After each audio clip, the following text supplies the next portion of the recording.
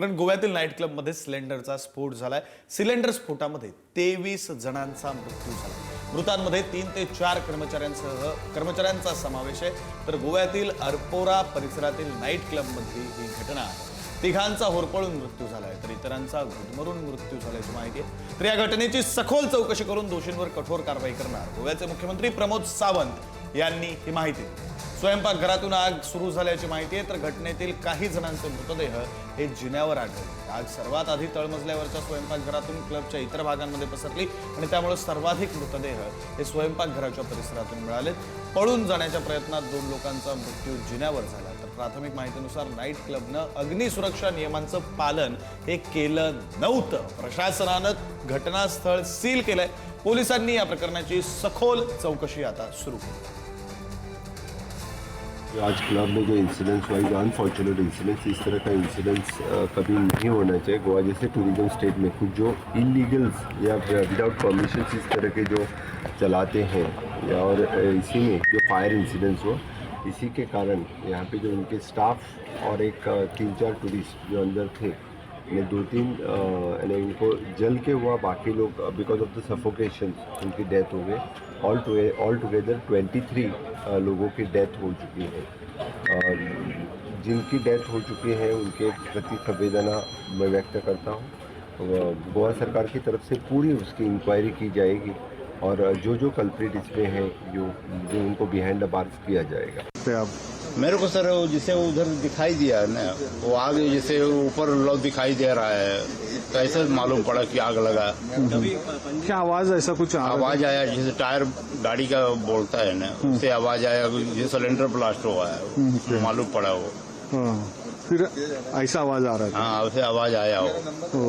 फिर कुछ लोग ऐसा कुछ इंजर्ड का इधर लोग देखा आंखों से? इधर जैसे जो लोग था वो देखा इधर से। हाँ, या संदर्भातली माहिती देण्यासाठी आपले प्रतिनिधी नंदकिशोर गावडे आपल्यासोबत आहेत। आपण त्यांच्याकडून या संदर्भातली अधिकचे तपशील घेऊया। नंदकिशोर, काही नवी माहिती समोर येते या सगळ्या स्फोट प्रकरणामध्ये, सिलेंडरचा स्फोट झालेल्या प्रकरणात? नक्कीच हा सिलेंडरचा स्फोट हा स्वयंपाकघरातून झालेला आपल्याला पाहायला मिळतो आणि हे स्वयंपाकघर जे आहे ते एकदम तळमजल्यावरती होतं आणि तळमजल्यातली संपूर्ण आग जी आहे ती वरती जाऊन पोहोचत होती। आणि याच आगी दरम्यान जी पळापळी झाली किंवा जे सफोकेशन झालं, त्या सफोकेशनमुळे अधिक लोकांचा मृत्यू झाल्याची जी माहिती आहे ती समोर येत असलेली आपल्याला पाहायला मिळते। विक्रांत, आपल्याला माहिती आहे अरपोरा म्हणजे अरपोराच्या जवळ जर पाहायला गेलं तर बागा बीच आहे आणि कडेला जर कलिंगूड बीच आहे। त्यामुळे मोठ्या संख्येनं आता एकंदरीत डिसेंबरची पार्टी करण्यासाठी मोठ्या संख्येनं राज्यभरातील देशभरातील जी लोक आहेत ती खरं तर गोव्याच्या याच भागात येत असलेली आपल्याला पाहायला मिळत आहेत। खरं तर वर्ष एंडिंग असल्यामुळे मोठ्या संख्येची गर्दी जी आहे ती गोव्यात सध्या पाहायला मिळते आणि क्लबमध्ये सुद्धा मोठी गर्दी होती। आणि याच दरम्यान जर पाहायला गेलं तर ही दुर्घटना झालेली आपल्याला पाहायला मिळते। जे डीजीपी आहेत त्यांनी सुद्धा वेगवेगळी जी माहिती आहे ती दिलेली आपल्याला पाहायला मिळते, ज्यामध्ये 3 ते 4 जे आहे ते परदेशी, जे 3 ते 4 जे आहे ते पर्यटकांचा सुद्धा समावेश असल्याचं सुद्धा सांगितलं माहिती। सध्या मिळालेल्या माहितीनुसार जी नाईट क्लब आहे त्या ठिकाणी अग्नी सुरक्षा जे आहेत त्यांचे नियम केलेले नव्हते, अशा पद्धतीची माहिती ती समोर येत असलेली आपल्याला पाहायला मिळते। घटनास्थळी अग्निशमन दलाच्या अनेक गाड्यांनी क्लबला लागलेल्या आगीवरती नियंत्रण मिळवले असले तरी सुद्धा क्लबमध्ये आतमध्ये जी अग्निशमन सुरक्षा यंत्रणा जी हवी होती ती तत्पर नसल्याचं सुद्धा आपल्याला पाहायला मिळते। वरिष्ठ जे अधिकारी आहेत ते सुद्धा तात्काळ त्या ठिकाणी उपस्थित झालेले आपल्याला पाहायला मिळतात। डीजीपी आलोक कुमार जे आहेत ते सुद्धा रात्री उशिरा त्या ठिकाणी दाखल झालेले होते। जवळपास 23 लोकांचे मृतदेह त्यांना सापडल्याची जी माहिती आहे ती स्वतः त्यांनी दिलेली आपल्याला पाहायला मिळते। बरं, धन्यवाद नंदकिशोर दिलेल्या सगळ्या सविस्तर माहितीसाठी। तर रात्री नेमकं काय घडलेलं होतं आपण ग्राफिक्सच्या माध्यमातून काही मुद्दे समजून घेऊया कसं।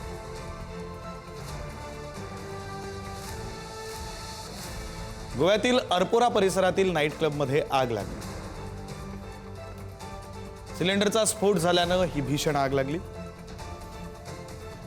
रात्री 12च्या सुमारास आग लागल्याची माहिती। स्वयंपाकघरातून आगीला सुरुवात झाली। तळमजल्यावरच्या स्वयंपाकघरातून क्लबच्या इतर भागांमध्ये ही आग पसरली। पळून जाण्याच्या प्रयत्नात 2 लोकांचा जिन्यावर मृत्यू झाला। सर्वाधिक मृतदेह हे स्वयंपाकघराच्या परिसरातून मिळाले। मरण पावलेल्यांमध्ये बहुतेक क्लबमध्ये काम करणारे कर्मचारी होते।